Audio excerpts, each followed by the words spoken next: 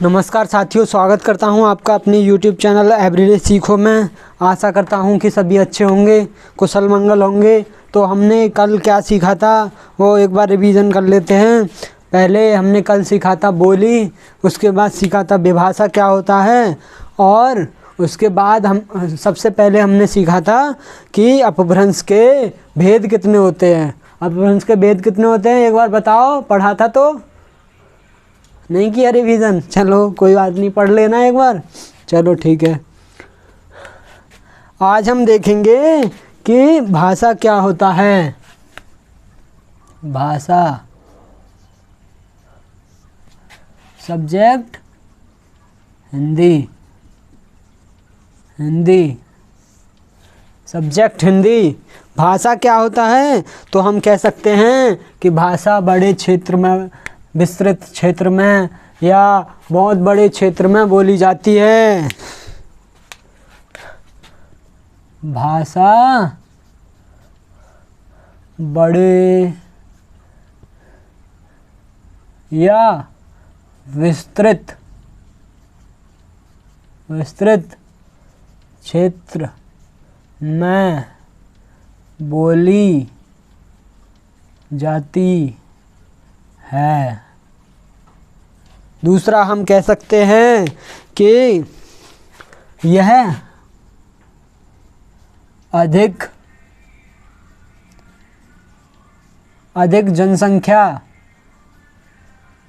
जनसंख्या द्वारा बोली जाती है।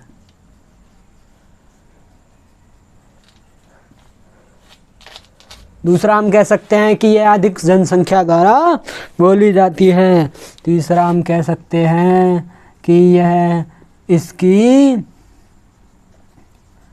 इसकी मानक लिपि, स्क्रिप्ट, लिपि को इंग्लिश में क्या कहते हैं? स्क्रिप्ट। इसकी मानक लिपि होती है, इसकी मानक लिपि होती है। चौथा हम कह सकते हैं कि यह व्याकरण द्वारा परिष्कृत होती है। भाषा व्याकरण द्वारा परिष्कृत होती है। परिष्कृत का अर्थ समझते हैं आप? परिष्कृत का मतलब होता है सुधार या फिर परिवर्तन, भाषा के आधार पर परिवर्तन, परिष्कृत। या हम कह सकते हैं कि इसमें समाचार पत्र व पत्रिकाओं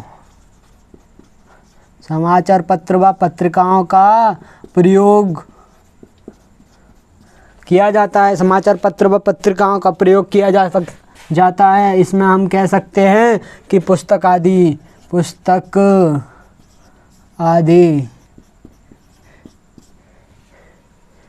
लिखी जाती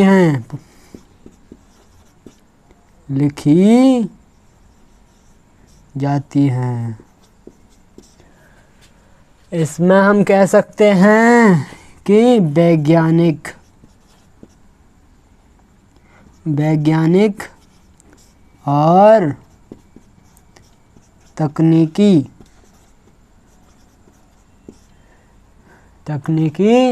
शब्दावली में प्रयोग।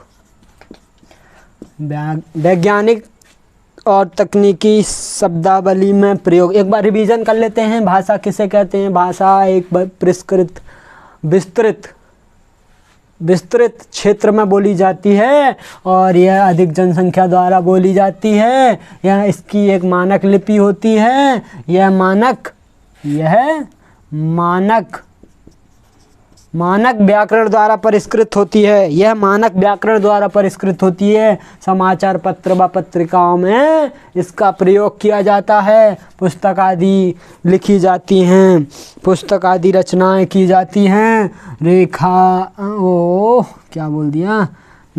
वैज्ञानिक और तकनीकी शब्दावली में इसका प्रयोग किया जाता है।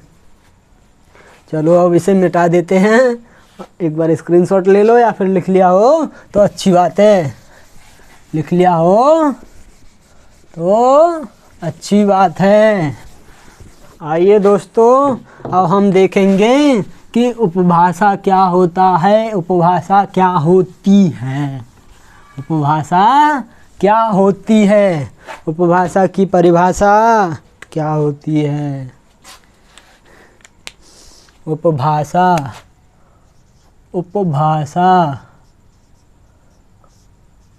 हम कह सकते हैं कि उपभाषा क्या होती है, एक ही स्रोत से उत्पन्न, क्या एक ही स्रोत से उत्पन्न, एक ही स्रोत से उत्पन्न बहुत सी विशेषताओं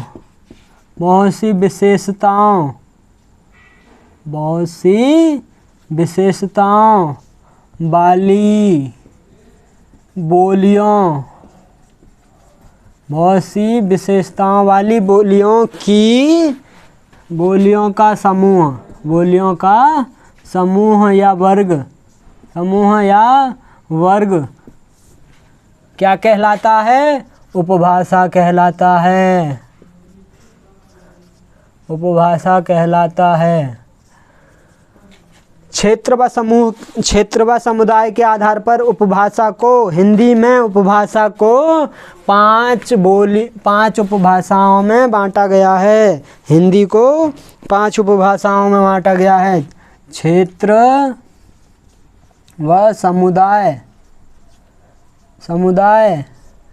के आधार पर हिंदी को कितने उपभाषाओं में बांटा गया है, तो हम कह सकते हैं कि हिंदी को 5 उपभाषाओं में बांटा गया है।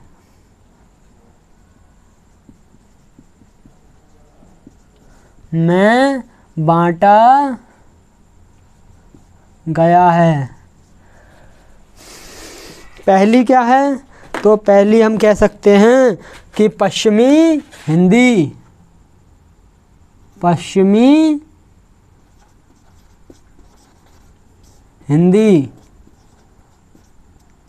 दूसरी हम कह सकते हैं पूर्वी हिंदी। तीसरी हम कह सकते हैं बिहारी हिंदी।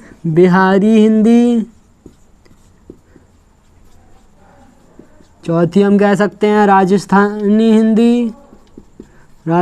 हिंदी। पांचवी हम कह सकते हैं, क्या कह सकते हैं, पहाड़ी हिंदी।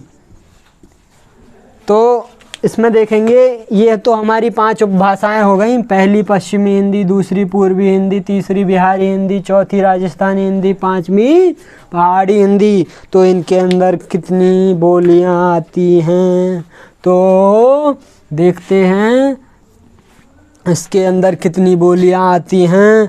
तो KBBH ये हमने एक ट्रिक बनाई है। KKBBH, K² B² H, K से कन्नौजी, दूसरे K से कौरवी, तीसरे B से ब्रजभाषा, चौथे से क्या होगी, बुंदेली, और 5वें से क्या होगी, हरियाणवी। 5वें से क्या होगी, हरियाणवी। और इसमें क्या था, पूर्वी हिंदी में भी हमने एक ट्रिक बनाई है कि इसमें हम कह सकते हैं ABC। ए से क्या होगा, अवधि। बी से क्या होगा, बी से क्या होगा? बघेली। और सी से क्या होगा? छत्तीसगढ़ी। छत्तीसगढ़ी। बिहारी हिंदी में भी हमने ऐसे ही एक और ट्रिक बनाई है। भोजपुरी में मगधी और मैथिली, BMM। भोजपुरी, मगधी और मैथिली। भोजपुरी, मगधी और मैथिली। राजस्थानी हिंदी। अब राजस्थानी हिंदी में भी हमने एक ट्रिक बनाई होगी। बनाई है। क्या है कि M और J,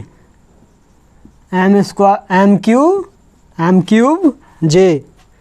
तो पहले M से मालवी, दूसरे M से मेवाती, ये कुछ लोग होते हैं, समुदाय होता है मेवाती। तीसरा क्या है? मारवाड़ी। अरे मारकर ही चलना बंद हो गया मारवाड़ी के नाम पे। मारवाड़ी कुछ लोग खराब ही होते हैं। मारवाड़ी। और चौथी क्या है? जयपुरी। इसी प्रकार पहाड़ी में हम चलेंगे तो इसमें क्षेत्र के आधार पर तीन बोलियां हैं।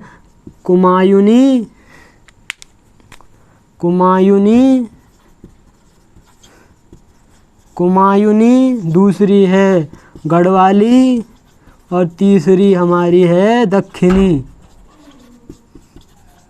एक बार रिवीजन कर लेते हैं शुरू से। तो उपभाषा क्या होता है? एक ही स्रोत से उत्पन्न बहुत सी विशेषताओं वाली बोलियों का समूह या वर्ग, जिसे हम उपभाषा कहते हैं। क्षेत्र व समुदाय के आधार पर हिंदी को 5 उपभाषाओं में बांटा गया है। पूर्वी हिंदी, पश्चिमी हिंदी, पूर्वी हिंदी, बिहारी हिंदी, राजस्थानी हिंदी, पहाड़ी हिंदी। तो इसमें हमने एक ट्रिक बनाई ही, KBH, K2B2H। तो कन्नौजी, कौरवी, ब्रजभाषा, बुंदेली, हरियाणवी। और पूर्वी हिंदी में ABC, अवधी, बघेली, छत्तीसगढ़ी। और इसमें M2B या फिर BM2, भोजपुरी, मगधी, मैथिली। और इसमें MQJ, तो मालवी, मेवाती, मारवाड़ी और ये जयपुरी। उसके बाद आती है पहाड़ी हिंदी। तो पहाड़ी में हमने बनाए, कोई ट्रिक नहीं बना पाए। कुमायूनी, गढ़वाली और दक्षिणी। चलो इसे ऐसे याद कर लेना है। चलो तो फिर आगे बढ़ते हैं। इसका एक स्क्रीनशॉट ले लो या फिर उतार लिया हो तो अच्छी बात है। उतार लिया होगा, होशियार है बच्चे।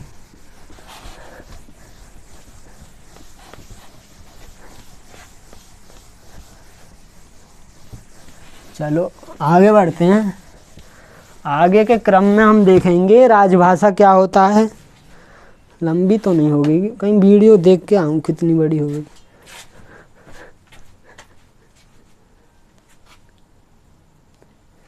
चलो तो देख लेते हैं आज राजभाषा किसे कहते हैं।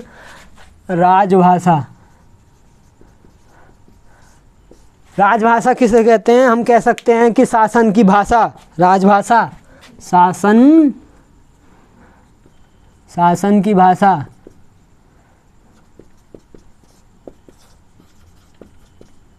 शासन की भाषा। दूसरा कह सकते हैं सरकारी दस्तावेजों को लिखने की भाषा या फिर सरकारी कामकाज की भाषा। सरकारी कामकाज की भाषा।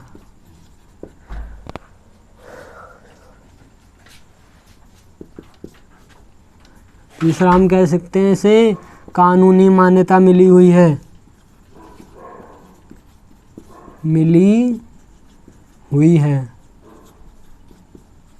कानूनी मान्यता मिली हुई है। चौथा हम कह सकते हैं भारत संघ की राजभाषा है। भारत संघ की राजभाषा क्या है? हिंदी। राजभाषा हिंदी है। राष्ट्रभाषा भारत की कोई है नहीं, क्योंकि राष्ट्रभाषा भारत की बन नहीं पाएगी। तो इसे आज यहीं पर वीडियो को समाप्त करते हैं, समापन करते हैं। आज हमने क्या क्या देखा एक बार रिवीजन कर लेते हैं शुरू से।